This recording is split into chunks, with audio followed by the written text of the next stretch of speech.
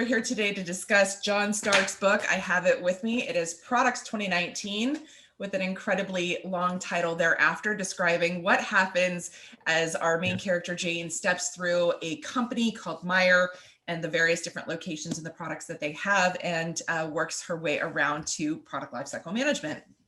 So being PLM professionals, how did you guys feel about this book? Do you feel like it had good content? Was it relevant and clear? Was it easy to follow? I think that the book for me was good. It would be a fantasy having a new CEO almost coming into a company, being so enthusiastic about understanding a product from beginning until end, as he's putting it in the book.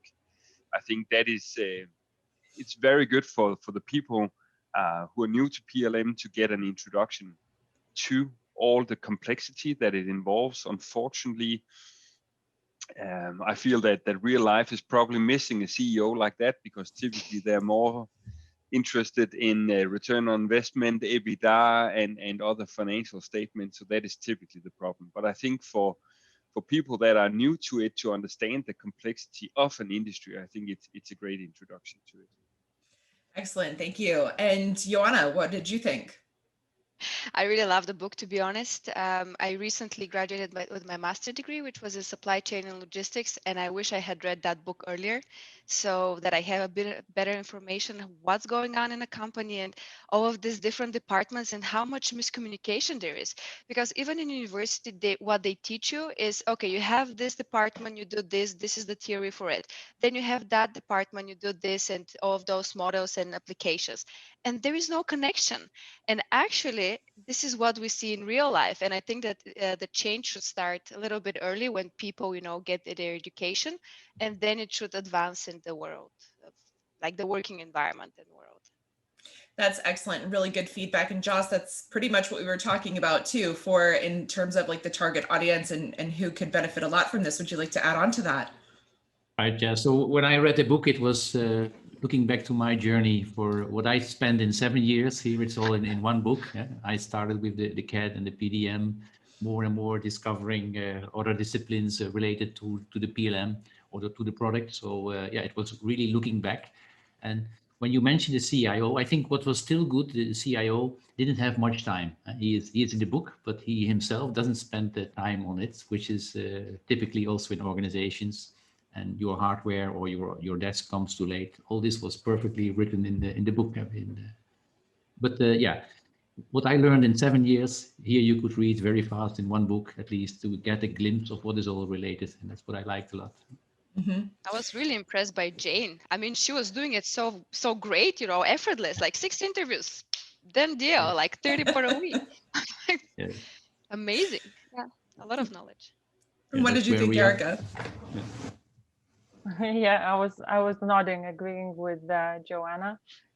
But altogether, it was absolutely incredible just to understand how many things are there. Not just different departments that are involved, but different procedures, different documents, different projects that take place when the project is being developed. Learning about the starting point, because of course we knew that it might be marketing, it might be engineering, but how many other places the idea can come from. And for me, it was just filling all those gaps that I had in my head. So it was absolutely amazing. Yeah. But sometimes hard to kind of few sentences. I don't know, maybe it's just me a bit slow, but sometimes I just had to reread few bits. Okay, I think I understand what they're saying. Okay, I'll try again. So I think I took longer reading than I was expecting, just because few things, there was so much information and it was quite condensed. So I just needed to really focus on understanding what they're saying, because I think when you're not working in that environment and just trying to understand every process and the document that's attached to it, then it's not that easy, but it's super insightful. So I would recommend. Lee? Yes, there is. Yeah, I find it a little bit strange. I had no preconceptions before reading it, so and it's a bit different from a normal PLM book. So it's written, more like a novel, and I find that both great because you have to read it all, but also it's for me to use it as a reference object. It's really difficult because navigating your way through it is quite a challenge. So, I mean, I've experienced a lot of these things myself, and the areas that I'm maybe weak at, it's really hard for me to go back and find, okay, some specifics or some information about maybe some areas. So I think as a general overview for PLM, it's really great, but as a reference book, then it falls down in that area. Joss, you were going to say something? Yeah. I agree. It's not a learning book. I mean, if you have a real academic PLM learning book, you fall asleep because then you have all the topics very well described. And this kind of books you would take if you really want to dive into a topic. I think the book of John is showing all the topics related. It gives you a feeling of what is connected, what is relevant, but also, as you all said, some sentences you had to read carefully because there's a lot of detail in it. The culture difference, even the food, the politics, and it's all what you don't read in academic books. That this kind of human behavior, and that it makes the book interesting to read as a view on product development, and not as an academic learning book. Absolutely. Ulla, what did you think? Well, I have to agree with the form. That was a little bit different. That was a novel. It gave a really good overview, so that I really liked. But in the beginning, I really struggled with the novel form. I was like, I don't want to read that she's drinking coffee or that she prefers an apple juice. I don't care. Get to the good stuff. But then, as I came along in the book, it was like, okay, it actually makes sense to do it this way because it was possible to add in some of the cultural differences and all that stuff, and not just the hardcore stuff. So it makes sense, but in the beginning I was struggling a little bit. Yeah. But I think it gave a really good overview, and especially I like the part about that almost no one in the book have the complete overview, or actually no one. And it was more like islands or small departments that were all kept together, looking at their own stuff and not having actually an idea of what the other departments were doing. Johnny? Well, I have to agree that this novel form was actually very enjoyable to me, at least, because I think it's the first book on PLM that I've actually read from end to end without falling asleep. So that was quite enjoyable, especially coming from a non-engineering background. So getting a glimpse into the different disciplines and how they work, and most times they not work together. That was quite good, actually. I would have also, like Ulla, have wished that the details on the food and on the the village and the daily Weissbier. Well, there's some elements that we might have missed without any severe consequence. But I think, if I could interrupt, I think that was like a sorbet between the meals, because there's so much information and you just need to relax your brain a little bit and read about the sausage, so that was the thing that he put in there, so you can just relax before you go into another 6 interviews of the day. So for me, I think it was mandatory. I said, my mom was asking if I'm enjoying the book. I said, yes, I'm very much enjoying it. And I'm curious to know what she's eating tomorrow, because between all those things, that was the easy part. And then you kind of start from zero, and, you can kind of, I thought that was an essential part for you to not being bored, because you can just relax, and then, it's kind of a workout. You chill for 10 seconds, and then it's intense again. So that's my kind of opinion on it. So to add on to that, Erica, I kind of agree with you. And I also like what Joss mentioned about it showing like the cultural differences too, right? Because whenever you go to different regions in Germany, you are really going to eat bread and cheese for 3 days straight and probably lose your mind in the process. But, you know, it's a reality. And then whenever they come to Atlanta and they go and she's out with one of the gentlemen and they actually talk about process over lunch before she's going to the airport, that's a very American thing to do. Like, I'm not going to always meet with you in your office and be very rigid and very structured. And we, you know, talk about exactly who I am and what I'm doing.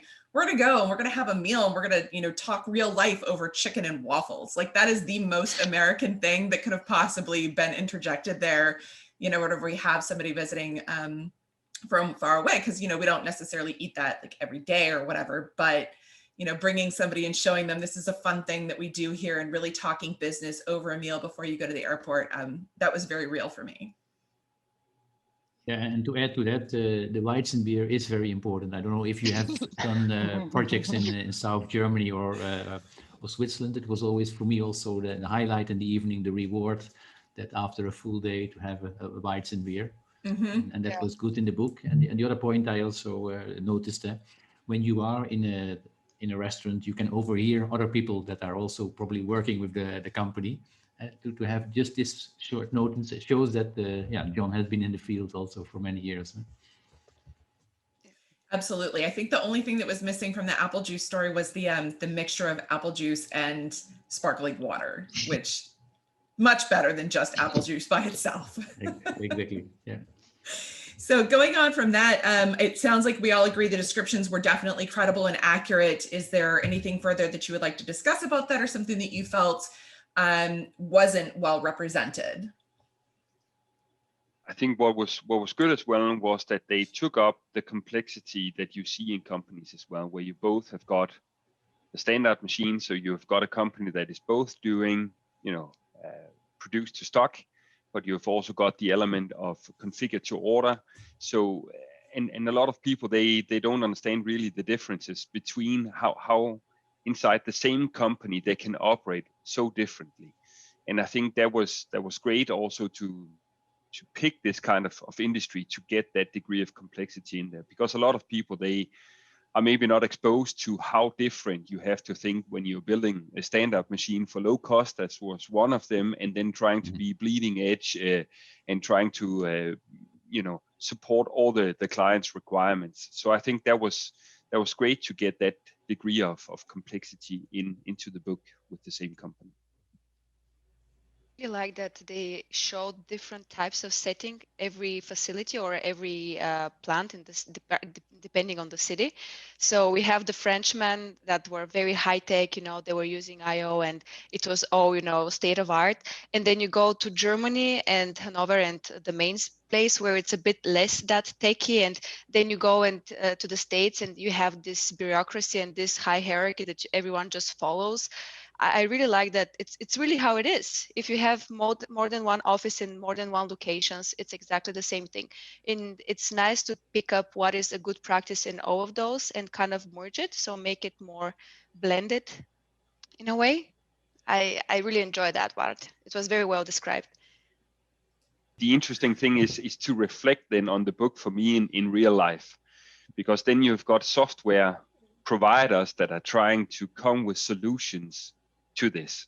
And now we've just seen how different and difficult it is. So is it, you know, is it even realistic that it can be supported by a few sets of tools? Like some are trying to prove to the market right now, or will it always be an extremely scattered environment? And if so, how is it then optimized? So because some people are trying to sell an ideal world that may not exist, right? So how do we really optimize a chaos like that and get people to agree? So that is, Josh, you mentioned it lends to a sequel. I hope so too, because that was the easy part, the mapping of things. We haven't gotten into the fight of agreeing to new ways of working or harmonizing tools and all the rest of it. So easy peasy still, even though it's difficult. That would be interesting to see if John is willing to pick up for round number 2 as well. Exactly. The book is describing very well the status quo in many companies. Eh? Yeah. just before they start acting, it looks like the past, everyone working in his silo, not being aware of what others are doing, or sometimes they are aware. And yeah, there is nobody that is leading them to the next step. It was more a book about the past than a book about the future. Yes, Yeah. exactly. I mean, in their workshop, one of their guys, Akim, I think, or I'm not sure exactly the name, he said that he just looked at around 37% of their work and he detected 77 different systems. And that's not even half of their processes and what's going on. And those are 77 systems. It's colossal, in my opinion.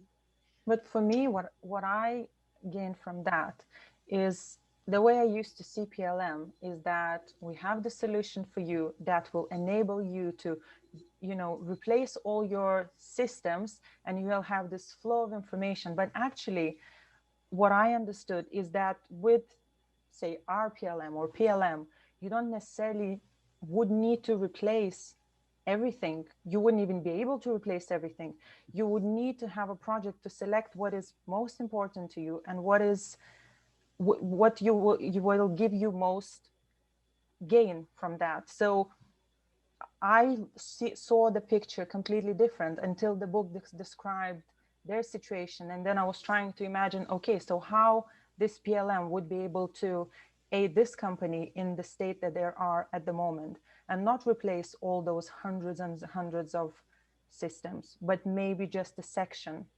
So I don't know if that's something that anyone else had in the past, but just the picture I had was completely different. Yeah, the book was not about a system. Huh? Mhm. Yeah, of Oh. course, Yeah. not at all, not at all. But just having that at the back of your mind, to because we're coming from company that is selling PLM solutions. So obviously, while you're reading it, you're kind of trying to position it. How would it work here? Would it be necessary? And what would be, say, stage one for this kind of company? Where would they imagine starting if someone would, at the end of the project, decide, okay, we would need a PLM solution? So where would they start? That's what I was kind of thinking. It would be interesting to see. And for this, what I also mean is that there are so many things in there that I don't believe it's even possible. It will never be. There are simply too many things going on. Aligning processes and ways of working and figuring out the information flow will, at the end of the day, I don't believe that a company that different can harmonize to such a degree. It simply will not be possible. There will be too many fights going on, and I'm sure you've also seen that. Getting into that, you can maybe go in and you can start harmonizing maybe an area in engineering or something like that, but really looking across the actual, not the system, but the actual product lifecycle. Exactly. There's so much going on. And the beauty is that many companies have written those procedures in their ISO standards, how they should work together, how the flow of information would be, but still everyone has its own ways of working. Yeah. I think what was interesting for me was that they chose a student actually to do the process or the exercise, because it's what we find quite often is that most companies don't take PLM seriously. They actually they have to produce something, so they actually have to do work. And so it was easy to give it to a student. And I think the French company also did a lean project, and it was run by consultants. So when it comes to standardizing processes and procedures and even system change, then companies, they're not really serious about it because they have to still produce a product, and people don't have time. And the amount of interviews where people had to rush to do their job, I think that's a real reflection on what we see, at least in the marketplace. I agree with you there too, Lee, because and culturally speaking as well, the fact that they did hire a student, it was in Germany. That's been my experience, where a lot of companies start with the student first. Let's see what they uncover. Is there actually something here? How bad can it be whenever we are getting products out the door, right? So something's happening. The jigsaw puzzle is working one way or another. So yeah, that was relevant to me as well. they mentioned, when you said about Leon about the systems, they did have one strategy for PDM, I think, in Hanover, when they spoke about that they were making a decision between one provider that could do everything and best in class. So they were, at least locally, they were trying to make that kind of choice. And again, it's something I think we see a lot. We see it, you know, we're pitching ourselves in one of those domains, or maybe even both, and that's also something that I think most companies have a challenge with, is which direction do they go? Do they go best in class, or do they go for the one tool that does it all? And then when that was PDM, and of course the book covers all aspects of the company really, and really for me, the other good thing that the book showed was that there are other systems that need to exist. It's not just one system, such as at least CRM and ERP would be the two other major ones, where it was quite often dismissed, you know, because it's not related to the product, so to speak. And then the interviews were like, okay, I don't need to ask more questions, it's not related to the product. But those three systems, at least for me, are the three biggest systems in a company. So I thought, yeah, the book, it was good at maybe highlighting the PLM systems, but it maybe didn't stress enough about the actual interrelationships with the other systems. That was important for me. So I didn't have the system in mind when I was reading the book. I was really discovering the different silos, and I was also eagerly looking for any PLM or PDM clues, but they were not there. The book is not giving any solution. It's just an observation of what happens with all the individuals. And I think coming back to the student that is doing the research, the question is always, who is in the end responsible for PLM? Is it the engineering department? Then you're probably managing a CAD tool, or is it on a higher level? Then it becomes really a product lifecycle management solution. I mean, that's the main question. And we don't know from this book. Yeah, and to both of your points, I think that's one of the challenges that I saw with having a student leading this entire project and being completely by herself through these interviews, that there were a lot of missed opportunities to go deeper into the process because she didn't understand how it connected to the product. So she's like, okay, I'm out. Everything goes back to the product. But I think also that's of course where the sequel has to add in, and then maybe it's not only one book, then it may be even several books, because once you have to get that one level deeper and start harmonizing and agreeing on stuff. So there was this guy who didn't even want to speak to her. I can't remember which site he was France. from. But then, you know, next level, that is just getting the information, then getting people to agree. That would be interesting. Maybe that will become a crime novel instead of just a normal business novel, because there will be murder all over the place. Who knows, right? Who knows? I'll leave that up to the good man. So from all of this, I mean, the bulk of the people here have been in PLM for a long time, and then of course we have a couple with us that it's more new. How did you guys feel that it was to relearn about these different processes? Was there anything that you had forgotten over the years that was, you know, brought forward, or something new? Or I think for me, the good part was the wide scope. You know, going all the way into, again, looking at the several different ways that ideation is made. You know, if you go all the way back to there, you know, seeing that there are so many input ways. It can either be the customer, it can be classical with marketing that people normally think about. It can be new technology innovations. That's one aspect.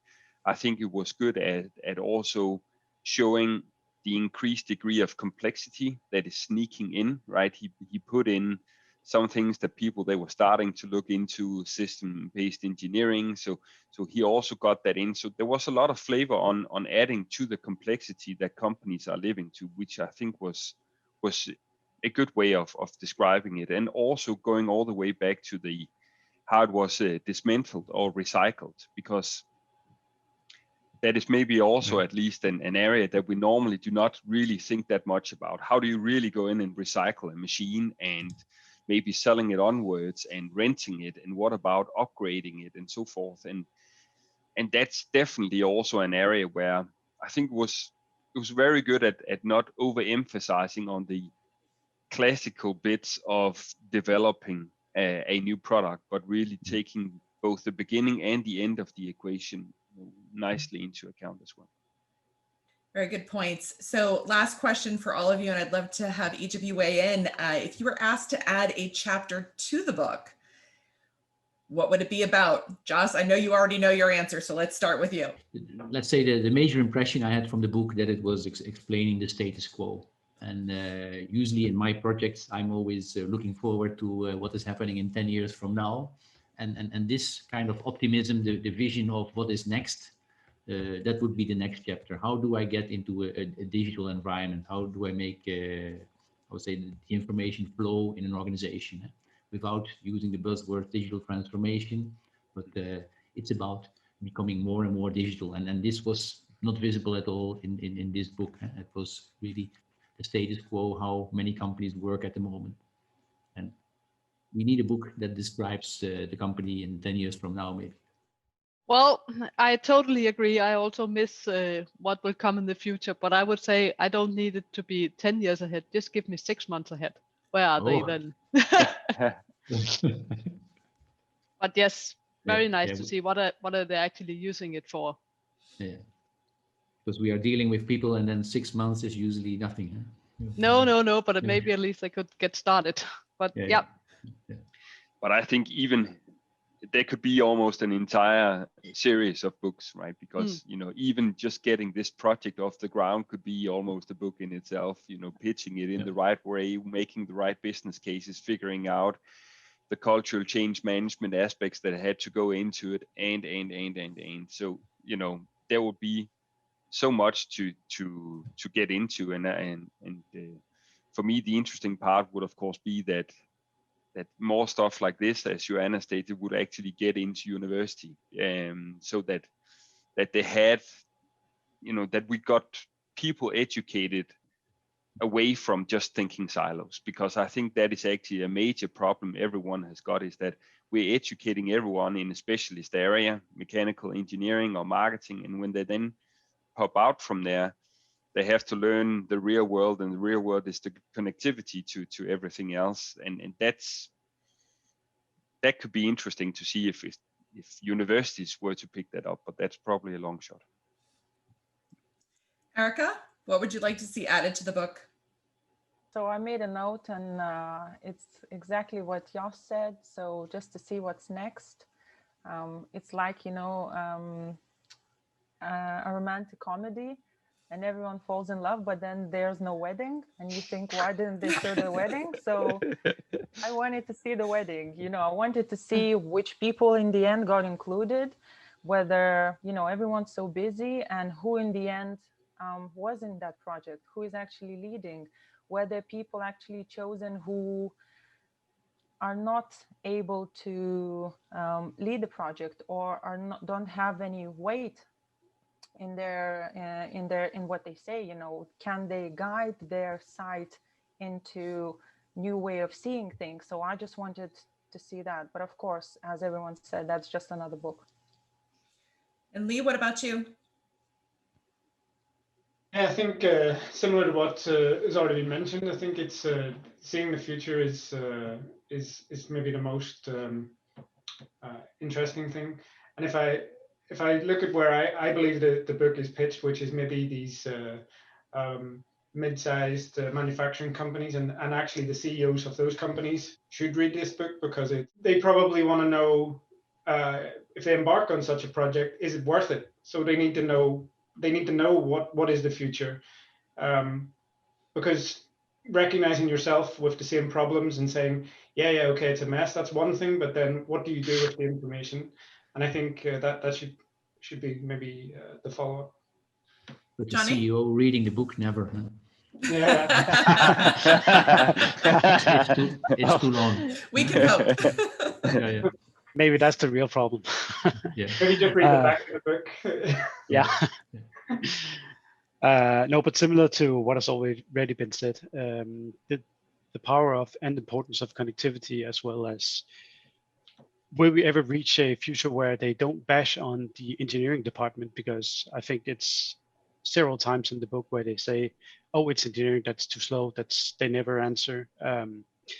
So if there were to be one chapter looking ahead, that would also be nice to see. Okay, so engineering has actually stepped up, or they found a way to collaborate better.